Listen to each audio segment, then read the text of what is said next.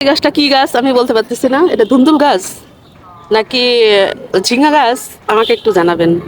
এই দেখেন গাছটা আমি দেখাচ্ছি, আমি বীজ দিছিলাম কিন্তু ধুন্দুল গাছ আর ঝিঙ্গা গাছ তো একরকম হয়, আমি বুঝতে পারতেছি না যে আসলে এটা কি গাছ।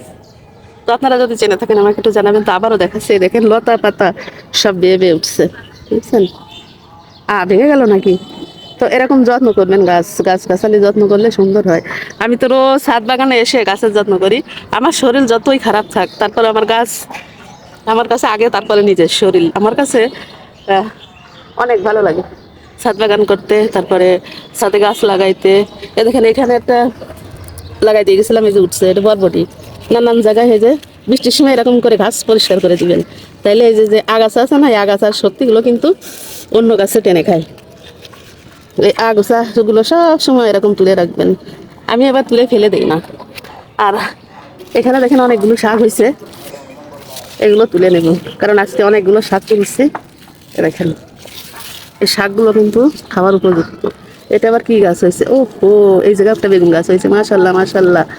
এগুলো কিন্তু সাদা বেগুন, পুরি আল্লাহ গাছে কাটা। এ দেখেন কাটানোটে গাছ কিন্তু অনেক উপকার, আপনারা খাবেন। এর শিকড়, এর পাতা অনেক উপকার।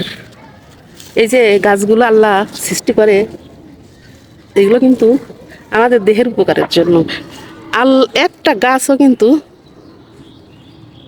দেহের ক্ষতির জন্য না, যে কোনো রোগের একটা ওষুধ। তো দেখেন এক মুঠ শাক তুললাম, আর ওইখানে আমার কাপড় চোপড় সব ভিজে গেছে, আর আমার পাখি এখানে দেখেন শুয়ে রয়েছে। আপনাদের যদি দেখাই, দেখেন কতগুলো শাক তুললাম আজকে। এই দেখেন কতগুলো শাক দেখছেন। এই অরিজিনাল শাকগুলো আপনারা কোথায় পাবেন? এটা আমার ছাদ বাগানে। ঠিক আছে, তো দেখি আজকে মরিচ পাকছে কিনা। আমি আজ 15 দিন মনে হয় মরিচ কিনি না, কিসের জন্য জানেন? আমার একটা মরিচ গাছ হয়েছে, দেখেন বোম্বাই মরিচ, চিনেন? যাকে বলে, কেউ বলে ঘিয়ে ঝাল, কেউ বলে বোম্বাই। তবে বৃষ্টির সময় তো ঝালগুলো বেশিরভাগ নষ্ট হয়ে গেছে, তারপর মাশাল্লাহ অনেক ঝাল খাইছি, অনেক ঝাল। দেখেন আজকে এই যে একটা পাইলাম, কালকে 3-4টা তুলে নিয়ে গেছিলাম। ও একটা না, আরো একটা হয়েছে যে, দেখেন খুঁজলে আরো পাওয়া যাবে। যাই হোক, এই যে আর একটা হচ্ছে গাছের সাথে, এটা ফুরাই যাবে আর একটা ঝাল হবে। কি সুন্দর করে ঝাপড়াইছে, আর আমি বাসায় ছিলাম না তো, এই জন্য আমি গাছের যত্ন নিতে পারিনি। এসে 1-1.5 মাস যদি বাসায় না থাকা হয়, তাহলে সেই গাছের কি অবস্থা হয় বলেন। তারপরেও মাশাল্লাহ অনেকগুলো জাল খাইছি, দেখেন। আর এইখানে যদি দেখেন, দেখেন ভেন্ডি গাছ, শাকের কোনো অভাব নেই, দেখছেন।